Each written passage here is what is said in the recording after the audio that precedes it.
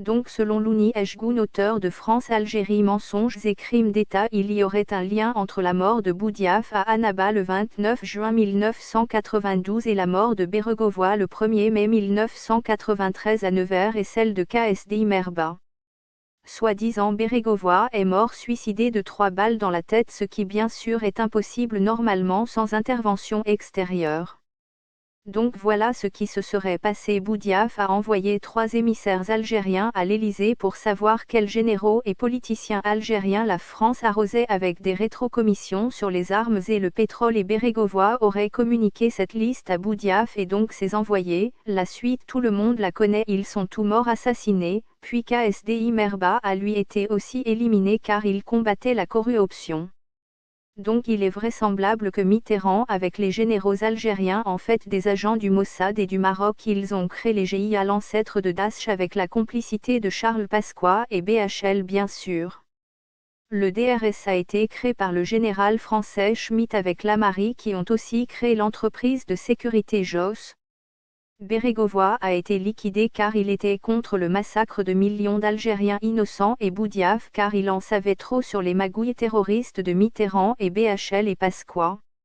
Béregovoy voulait en finir avec la corruption des politiciens en France et Boudiaf voulait lutter contre la corruption en Algérie. Ils étaient tous deux sur la même ligne et tous les deux étaient naïfs au point de croire que leur entourage politique en fait pourri les soutenait à 100%. Le système de la France-Algérie est sans doute un des secrets les mieux gardés de la Ve République. C'est un système complexe dont le cœur est l'argent, celui des commissions, prélevées par les généraux du cabinet noir, sur les échanges commerciaux avec l'étranger. Le général Netzar passait ses nuits avec le général Bijard.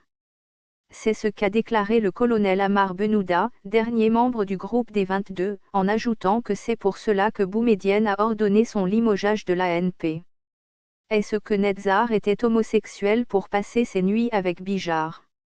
Et d'ajouter qu'il comprenait sa haine envers lui et le président Ouari Boumedienne, car ce dernier, avant sa mort, avait donné un ordre à Abdelkader Chabou, SG du ministère de la Défense, de le limoger des rangs de l'ANP, sur la base d'un rapport des services de sécurité algériens à Paris notifiant que Netzar passait ses soirées avec Marcel Bijard, de triste mémoire, dans sa maison en banlieue.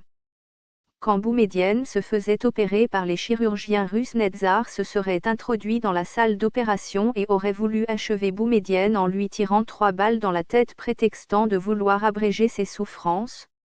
Le chirurgien russe communiste se disait néanmoins capable de ressusciter les morts et a voulu néanmoins ramener à la vie le président Boumedienne. C'est alors que Netzar a menacé de mort le chirurgien et a forcé l'équipe médicale à débrancher les machines qui le maintenaient en vie. Au lendemain de la révolte des jeunes à partir du 5 octobre 1988, le président de la République Chadli Bandjedid avait proclamé l'état de siège en transférant les pouvoirs de police à l'armée.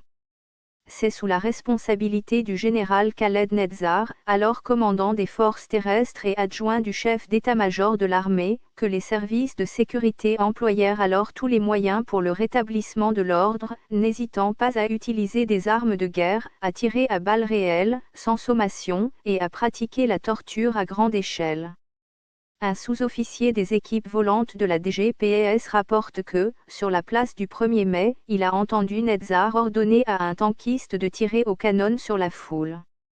Betchin le contredit en souplesse en ordonnant aux militaires de tirer à RAS de terre avec leur Kalachnikov.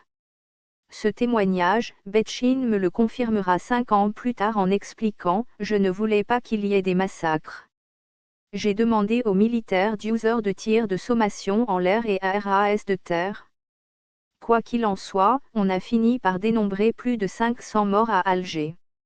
La répression déclenchée dès le 5 octobre 1988 a révélé que la torture était massive et précoce, puisqu'ayant commencé la veille des manifestations. Il ne prendra cependant aucune mesure pour poursuivre les tortionnaires, ou pour soutenir les victimes. Il ajoutera aussi qu'il y avait un vide juridique provoqué par l'état de siège, rejetant sa responsabilité pénale, avouant cependant sa responsabilité morale. Ainsi, rien n'expliquera l'absence de poursuite des auteurs de tueries et de tortures. La loi d'amnistie votée par le Parlement du Parti unique s'empressera de couvrir Netzar et ses subalternes. Mieux encore, Netzar sera promu chef d'état-major le 16 novembre 1988. Mais au final Netzar s'est retourné contre Chadli en le forçant à démissionner car d'après Benahouda, il est l'instigateur et l'exécutant du complot tramé contre le président Chadli Bendjedid qui a respecté la volonté du peuple et les résultats des élections législatives de 1991. La guerre civile en Algérie a été déclenchée par Netzar qui a ordonné aux militaires de tuer des jeunes. Selon Nasser Boudiaf, c'est les généraux Toufik et Netzar qui ont tué son père.